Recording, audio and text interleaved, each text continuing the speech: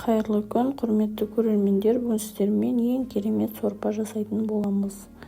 Етімізді майдалап турап аламыз. Құрметті көрермендер, менің каналымның дамуына өз үлестеріңізді қосып тіркеліп кетуіңізді өтінемін. Етімізді осылай майдалап турап аламыз. Қазанымызды қойып, майымызды құйып аламыз. Қызып тұрған майдың үстіне жаңағы туралған етті салып, жақсылап қуырып аламыз. Ет қуырыламын дегенше осылай керек заттарымызды дайындап аламыз.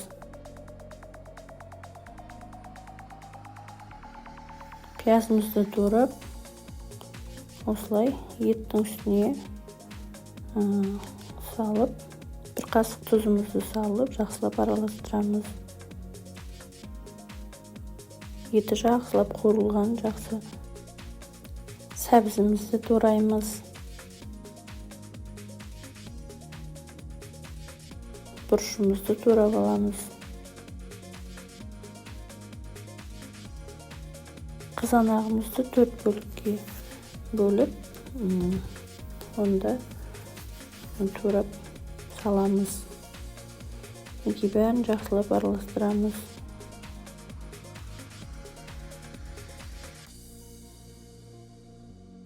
Картошкамызды да майдалап, майда бөліктерге бөліп, онда қазанға саламыз. Бәрін жақсылап араластырып, кішкене қуырып алып, суымызды құямыз. 4 кружка су құйдым. Өз қалауларыңыз бойынша құюға болады. Қазанның астын жай қойып, әдемілеп сорпамызды қайнатамыз. Ол аралықта 200-300 грамм ұнымызды алып, бір қасық тұз салып, бір жұмыртқамызды алып, қамырымызды илейміз.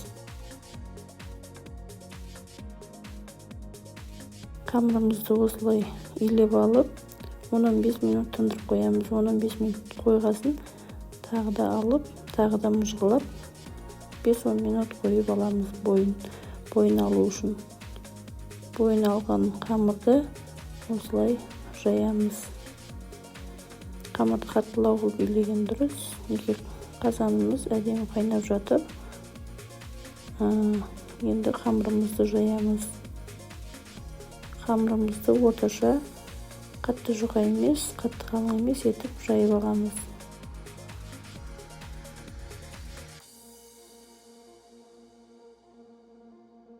Қамырымызды кесіп аламыз. Мына жерде мен уақыт тығыз болғасын қамырдың арасына ұн салып кесуіме тура келді. Негізі қамырды жайып болғасын біраз уақыт тындырып қойып кесіп алса, қамыр өте жақсы кесіледі.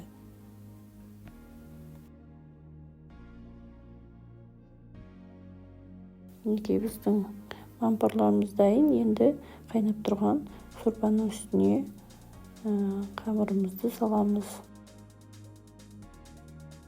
Осылайша тамағымыз дайын болды. Енді кішкене қайнатсақ, 10-15 минут аралығында тамағымыз дайын. Керемет. Дәмі деген өте керемет.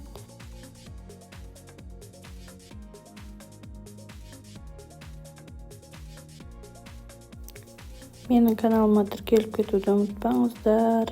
Видеоның соңына дейін қарағандарыңыз үшін көп рахмет.